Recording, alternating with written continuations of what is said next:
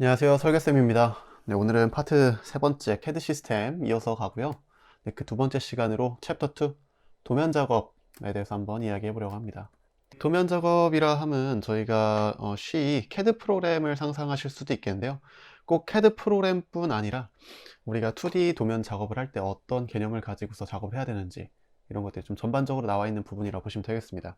이것도 바로 한번 시작해 볼까요? 네, 우선 2D에서 저희가 작업할 때 사용하는 좌표계에 대해 한번 알아보겠습니다. 좌표계는 세 가지로 나눠볼 수가 있겠어요. 절대, 상대, 극. 자, 이렇게 세 가지로 나눌 수가 있겠는데, 이 세 가지에는 각각 좀 차이점이 있다 보시면 되겠습니다. 어떤 차이점이 있냐? 그걸 가지고서 구분해 주시면 되는데, 일단 절대 좌표계가 일반적으로 저희가 사용하는 좌표계라 보시면 될 것 같아요. 일상생활에 사용하는 좌표계라 생각하시면 되겠죠. 자, 이렇게 예를 들어서 X, Y, 가로축과 세로축이 있다고 해보겠습니다. 이럴 때 저희가 예를 들어서 요점, 요점, 요점, 요점 요 각각의 점들을 좌표를 매겨 볼게요. 그러면은 여기 X와 Y가 교차하는 곳 있죠? 여기가 0, 0이 됩니다. 앞에가 X, 뒤에가 Y가 되겠고요.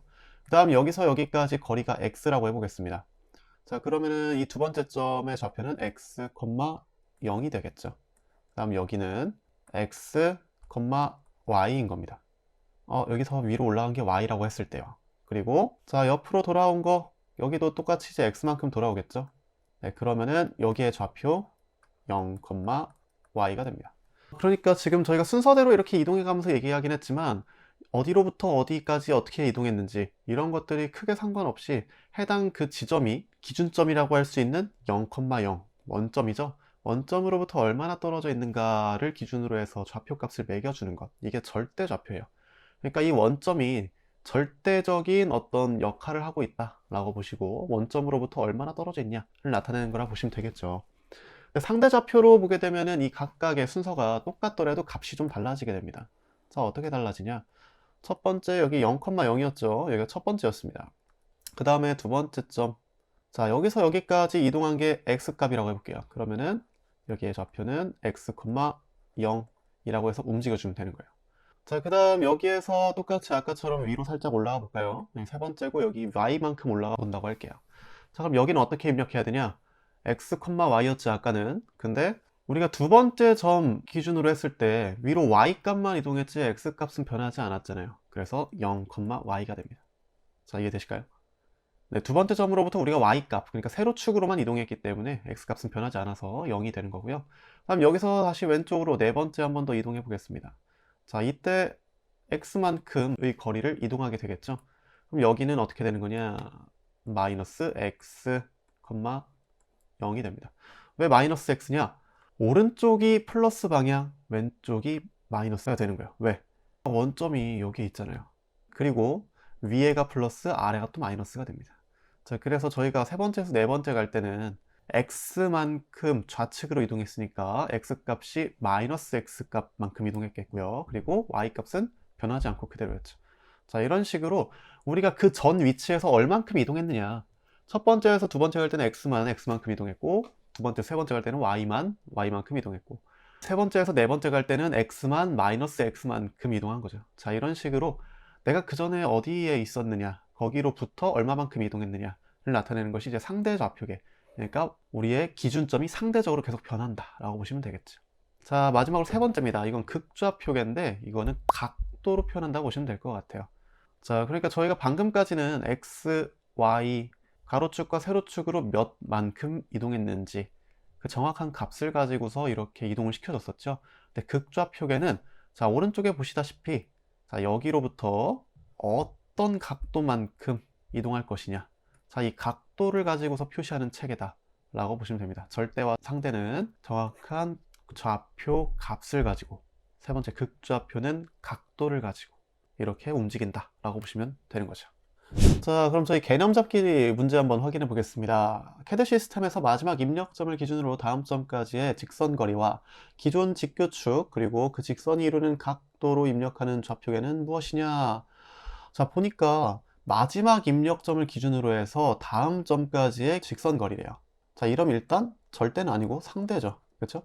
그리고 그 뒤에를 쭉 더 보셔야겠습니다. 기준 직교축과 그 직선이 이루는 각도로 입력하는 좌표계는 뭐냐? 각도니까 극좌표계죠. 자, 상대 좌표와 극좌표계를 동시에 사용하는 상대 극좌표계라고 확인을 하시면 되는 겁니다.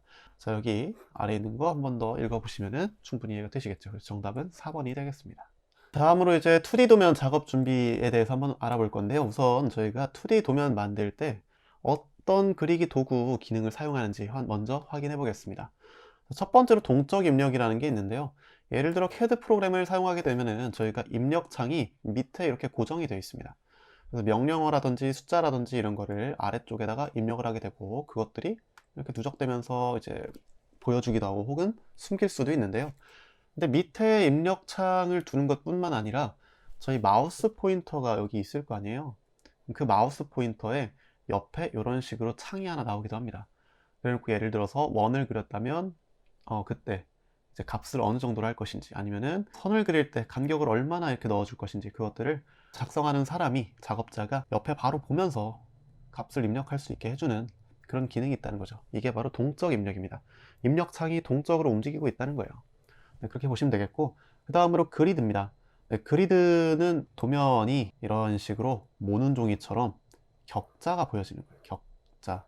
이 격자가 보여짐으로써 우리 작업자가 얘가 어느 정도 몇 칸만큼 떨어지는구나 혹은 어느 정도의 기울기를 갖고 있구나 이런 것들을 적당히 알 수 있겠죠. 네, 그런 거를 표시해 주는 기능이라고 보시면 되겠습니다. 네, 다음으로 스냅입니다.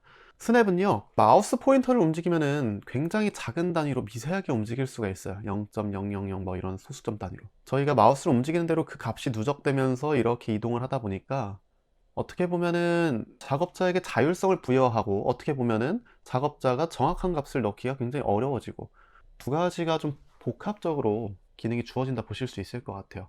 근데 이렇게 0.000 몇 단위 이런 식으로 주어지게 되면은 작업할 때 불편할 수가 있잖아요. 그래서 우리가 마우스를 움직일 때 예를 들어 오른쪽으로 움직인다고 하면은 0.1 단위로 누적되게 움직이게 해줘. 예를 들어서 0.1, 0.2, 0.3, 0.4, 0.5 이런 식으로 0.1mm씩 이동하고 싶어 라든지 아니면 1mm씩 이동하게 하고 싶어 라고 해서 이 도면에서 사용하는 최소 단위 값을 넣어서 좀 더 작업할 때 수월성을 부여하는 그런 기능이라고 보시면 되겠습니다. 그러니까 그전에는 마우스가 이렇게 쓱 움직인다고 하면 스냅을 키웠을 땐 뚝뚝뚝뚝 이런 식으로 일정 값이 누적되면서 움직인다고 보시면 되겠죠. 다음으로 직교 설정입니다. 이거는 저희가 오쏘라고도 하는 기능인데 자, 이 오쏘 기능을 활용하게 되면은 어떤 점이 좋냐? 저희가 뭔가를 그릴 때 선을 예를 들어 사각형을 그린다고 하면은 이런 식으로 직각 사각형을 쓰고 싶잖아요. 근데 이런 직각 사각형을 그린다고 했을 때 이게 내 마음처럼 잘 그려지지가 않습니다. 예를 들어서 나는 직각하게 그린다고 그렸는데 얘가 가다가 살짝 삐뚤어질 수도 있는 거고요. 굉장히 좀 다양한 복합적인 형상이 만들어질 수가 있겠죠. 그럴 때는 저희가 직교라는 기능을 켜서 마우스 포인터가 대각선으로 가지 못하고 무조건 위로만 갈 수 있게 자 이런 식으로 하는 것이 이제 직교 기능이다 라고 보시면 되겠습니다. 작업 환경 준비하기인데요. 작업 환경 준비하기에서는 여러분들이 뭐 다양한 것들을 한번 확인해 보실 필요가 있긴 합니다. 예를 들자면 여기에 있는 것이 이제 표제란이 되겠고요. 그렇죠? 이런 것들이 표제란의 내용에 해당할 수가 있겠죠. 그리고 여기 오른쪽에 보시면은 뭐 중심 마크라든지 자 도면의 필수 3요소 저희 제도 부분 공부할 때 했었죠. 네, 그런 것들이 있을 수도 있겠고요. 그리고 이 안쪽에 보시면 네, 윤곽선도 있죠. 자, 이런 것도 그려져 있고요. 좀 다양합니다.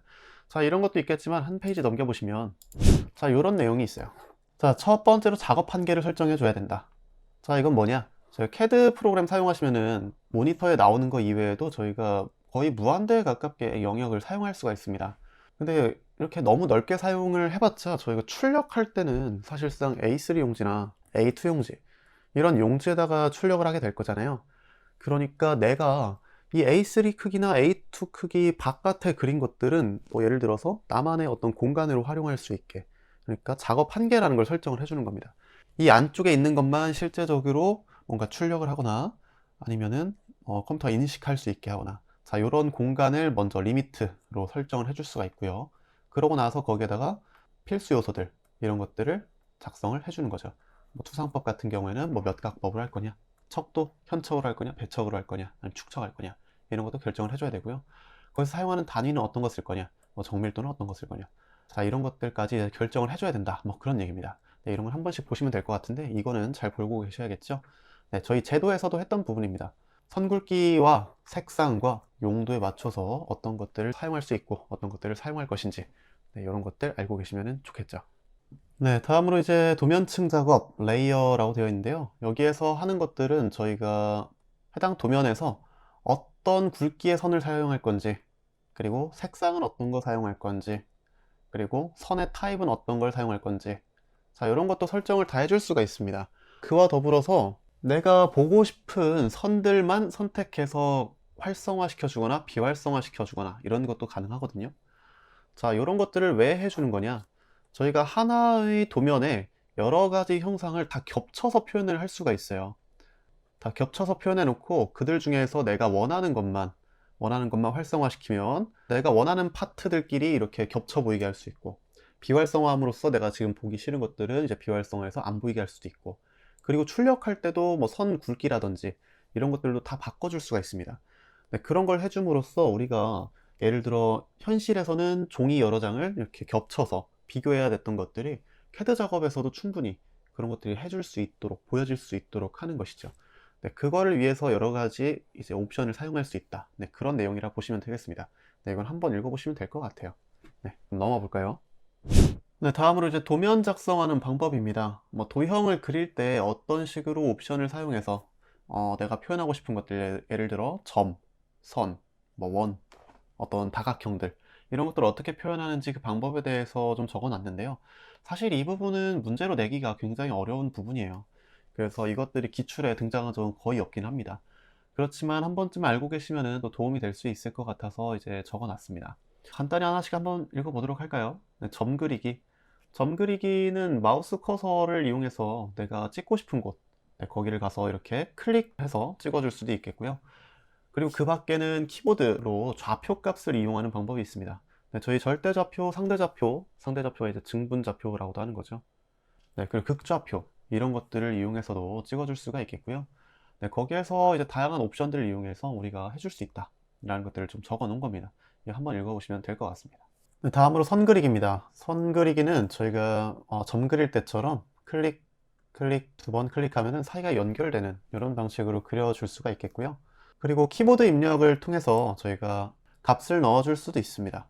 앞서서 말씀드렸다시피 좌표계 있죠? 절대좌표, 증분좌표, 극좌표, 이런 걸 이용해서 내가 몇만큼 떨어진 곳으로 이렇게 이어줄 것이냐, 혹은 그것이 이제 원점으로부터냐, 아니면 그 전에 찍었던 점으로부터냐, 아니면은 이제 거기에서 내가 어느 정도의 각도를 갖고 있는 선을 그려줄 것이냐, 뭐 이런 것들 다 지정을 해줄 수가 있다는 거죠. 한 가지 더 추가를 해드리자면 여기 일정한 간격의 평행선이라고 했는데 오프셋, 이게 간격 띄우기입니다. 간격 띄우기. 이 간격 띄우기 기능을 이용해서 제가 이렇게 하나 그어놨던 선, 뭐 이런 식으로 그었던지 이런 식으로 그었던지, 그거로부터 예를 들어 10만큼 떨어지고 싶어요 라고 하면 10mm만큼 떨어진 곳에 선을 하나 더 그려주는, 이런 식으로 그릴 수가 있는 거, 이게 이제 오프셋 기능인 거죠. 네, 나머지는 하나씩 읽어보시면 될 것 같습니다. 네, 그리고 원 그리기, 그리고 원호 그리기, 여기까지도 나와 있는데요. 한번 보실까요? 자, 원 그리기 한 점 지정. 저희가 원의 중심점 하나 찍는 거죠. 그 다음에 이 원에 지름이 몇이냐, 수치 같은 것들을 넣어주는 겁니다. 수치값, 치수값, 이런 것들을 넣어주면은 거기를 중심으로 하는 이제 원이 그려진다 라고 보시면 되겠고요. 다음 두 점 지정.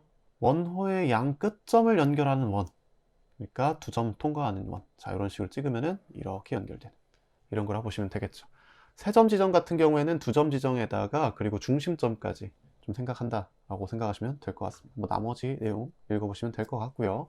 자, 다음 원호 그리는 방법이 굉장히 다양합니다. 원호가 원의 일부처럼 이런 호라고 부르죠. 네, 이런 걸 그리는 방법인데 저희가 시작점, 끝점, 중심점, 자, 이렇게 3점호라고 하는데 이렇게 지정해 주는 게 좀 일반적이긴 합니다. 네, 그 밖에 중심점에다가 현의 길이, 중심점에다가 각도, 끝점에다가 각도 등등 이렇게 다양하게 지정하는 방법이 있더라 라고 알고 계시기만 하면 될 것 같습니다. 다음으로 이제 다각형 그리기인데요. 다각형 그릴 때는 저희 꼭지점수 입력한 다음에 그 다음에 바로 이렇게 예를 들어 오각형이면 그려지도록, 이때도 이제 크기 값은 넣을 수가 있겠죠. 네, 이런 식으로 넣어줄 수도 있습니다.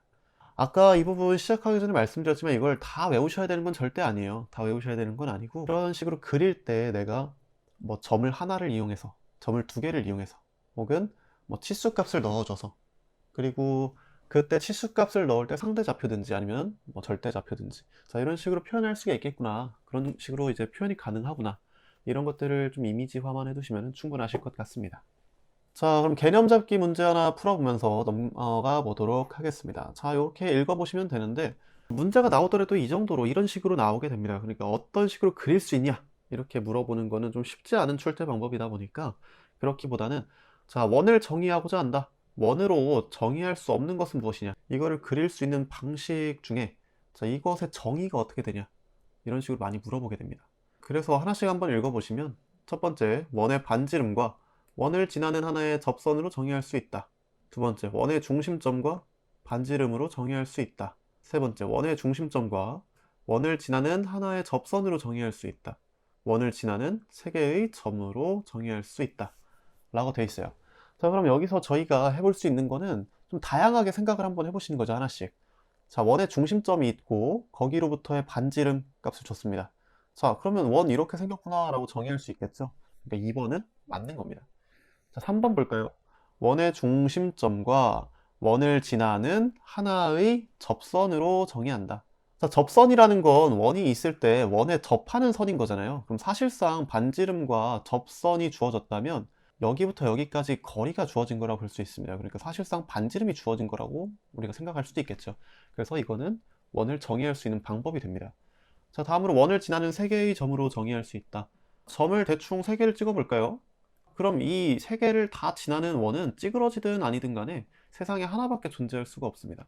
물론 방금 말씀드린 찌그러진다는 게 이런 식으로 찌그러진다는 얘기가 아니고요. 자, 이렇게 해서 한 개, 두 개, 세 개를 지났다, 이런 게 아니라 저희가 일정한 공류를 가지고서 지나는 이런 걸 원이라고 하잖아요. 자, 이런 원은 세상에 하나밖에 있을 수가 없다는 거죠. 그래서 하나의 원을 특정할 수가 있습니다. 4번도 맞는 보기가 되겠고요. 근데 1번 같은 경우에는 반지름과 원을 지나는 하나의 접선, 근데 이걸 가지고는 원을 특정하기가 좀 어렵죠. 원의 위치가 정의가 되지가 않습니다. 반지름과 선, 이걸 기준으로 해서 어디에 위치하는지 전혀 알 수가 없겠죠. 그래서 1번이 이제 특정할 수 없는 것, 정답이 되는 겁니다. 자, 이런 식으로 우리가 꼭 위에 있는 내용들을 다 외우지 않더라도 논리적으로 따져보면은, 생각해 봤을 때 충분히 풀 수 있는 이런 식으로 나오기도 합니다. 그렇지만 위에 있는 내용들을 한 번씩 쭉 읽어보시면 더 도움이 될 수도 있겠죠. 네, 도형의 편집 명령입니다.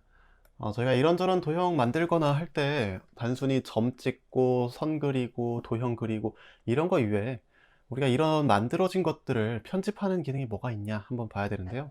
전반적으로 이름만 보시면은 느낌이 오시는 기능들이 상당히 많습니다. 우선 첫 번째, 복사. 복사는 이름만 봐도 뭔가 내가 원래 해놨던 것을 추가적으로 복사해낸다, 네, 그런 옵션으로 보시면 되겠죠. 읽어보시면은 딱 그대로입니다. 객체로부터 일정한 거리에 복사본을 만드는 거다. 예를 들어서 원을 그려놨으면은 일정한 거리 띄워서 원을 그린다, 라고 보시면 되겠고, 이동 같은 경우에는 이미 그려져 있는 것을 내가 원하는 거리로 이렇게 이동을 해준다, 라고 보시면 됩니다. 다음으로 이제 자르기, 트림이 조금 헷갈리실 수 있는데요. 자, 제가 예를 들어서 이런 식으로 격자 무늬를 만들어 놨다고 하면 이 선 여기를 기준으로 삼아 볼게요. 트림이란 기능을 쓰고 얘를 기준으로 삼게 되면은 얘를 기준으로 해서 아래에 있는 요 선, 얘네를 없앤다든지, 얘를 기준으로 해서 여 위에 있는 선을 없앤다든지, 자, 이렇게 잘라서 없앨 수가 있습니다. 근데 이때 이 기준선과 교차하고 있는 얘네만 잘라지고요, 밑에 있는 요 선 있죠, 얘는 자를 수가 없습니다. 기준을 위로 잡아놨기 때문에 얘랑은 어떻게 연관이 될 수가 없어서 자르는 것조차 안 돼요. 자, 이런 식으로 어떤 기준선을 잡고 걔를 기준으로 이렇게 다른 걸 자르는 기능이다, 라고 보시면 되겠습니다. 다음으로 연장. 제가 그려놨던 거를 좀 더 길게 연장하는 거예요. 그리고 간격 띄우기, 내가 잠깐 나왔었죠? 제가 그려놨던 선이 있어요. 이런 식으로. 그러면은 그거로부터 몇만큼 떨어진 거리에 똑같이 평행하도록 그려주는 게 이제 간격 띄우기, 라고 보시면 되겠습니다. 다음으로 이제 스케일. 스케일은 이제 비율이죠. 그러니까 제가 그려놨던 걸 얘를 뭐 축소시키거나 절반으로 축소시키거나 아니면 2배로 키워주거나 이런 식으로 비율을 조절해 줄 수 있다, 라고 보시면 되겠습니다. 어레이, 배열이란 기능인데요. 저희가 하나를 그려 놓죠. 예를 들어서 원이 됐든 간에 뭐가 됐든 간에 하나를 그려 놨습니다. 그럼 이걸 가지고 저희가 직사각형 배열을 쓰게 되면은 직사각형, 자, 이런 식으로 여기에 하나, 밑에 하나, 옆에 하나, 자, 이런 식으로 다 배열되게, 직사각형의 각 끄트머리, 모서리에 이런 식으로 제가 그려놨던 형상이 패턴화되어서 배열되게 하는 거예요. 원형 패턴은 이제 원, 하나 그려놨으면은 원 사이에 몇 개 끼워서 이렇게 배열할 건지 정해주면은 이런 식으로 배열이 되는 겁니다. 경로 배열은 제가 경로를 그려놓고 그 사이에 몇 개 어떻게 배열하게 될 것인지, 자, 이런 식으로 해주는 것이 되겠죠. 네, 다음으로 이제 목깎기입니다. 목깎기는 이렇게 모서리가 있잖아요. 이 모서리를 살짝 둥글게 해주는 거예요. 둥글게. 이걸 필렛이라고 합니다. 필렛. 못따기는 이걸 둥글게 하는 게 아니라 이런 식으로 각지게 하는 거죠. 자, 다음으로 대칭. 네, 미러 기능은 제가 그렸던 형상을, 자, 이런 식으로 디귿자 하나 그려봤다고 할게요. 그럼 여기 가운데를 기준으로 해서 미러 기능 쓰면, 자, 이렇게 똑같이, 미러가 거울이잖아요. 마치 거울에 비춰본 것처럼 대칭되게 만들어주는 기능이라 보시면 되겠습니다. 네, 살짝 내려볼까요? 회전, 로테이션 돼 있죠? 객체를 회전하는 겁니다. 예를 들어서 사각형을 회전 한번 해볼까요? 자, 이쪽으로 살짝 회전. 자, 그러면은 이런 식으로 회전이 될 수 있겠죠. 자, 이때 각도를 내가 몇을 넣어서 몇 도만큼 회전시켜 줄 거냐, 이런 걸 조절해 주는 게 이제 회전 기능이라 보시면 되겠습니다. 줌은 아까 스케일처럼 실제 크기를 키워주거나 줄여주는 게 아니고요, 내가 보는 부분을 좀 더 이렇게 줌인 혹은 줌아웃해서 보여지는 것만 좀 더 크게 혹은 작게 보여지도록 하는 게 줌 기능이라 보시면 되겠습니다. 네, 이 기능들은 생각보다 외우기가 어렵지 않으실 거예요. 그리고 얘네는 문제로 내기가 좀 적절하다 보니까 제법 등장하는 편입니다. 그러니까 각각 기능들에 대해서 이런 설명까지 잘 알고 계시면 큰 도움이 되실 것 같아서, 네, 잘 보시라고 말씀드리고 싶고요. 자, 그럼 이제 개념 잡기 문제 보고 정말 마무리해 보겠습니다. 자, CAD 시스템에서 기하학적 데이터의 변환에 속하지 않는 것은 무엇이냐? 기하학적 변환이라고 하니까 좀 어려울 수 있는데, 형상이 그려져 있는 형상 자체가 어떤 식으로 뭔가 변화되는 것, 그것을 이제 뭐 말한다고 보시면은 좀 더 받아들이기 편하실 것 같아요. 자, 그런 면에서 1번 move, 그려진 게 아예 이동을 해버리는 거잖아요. 그려진 것이 재창조되는 것이 아니라 이동하는 것이기 때문에 데이터의 변환이고요.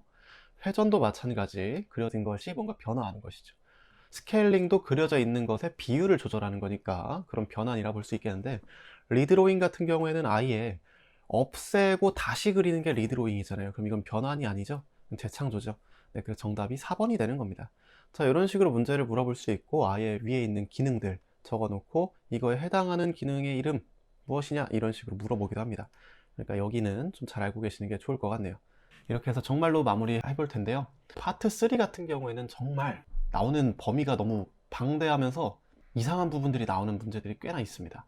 그래서 이거를 전부 다 공부하시는 거는 굉장히 비효율적이라고 다시 한번 말씀드리고 싶고요. 그럼 저희가 할 수 있는 건 뭐냐?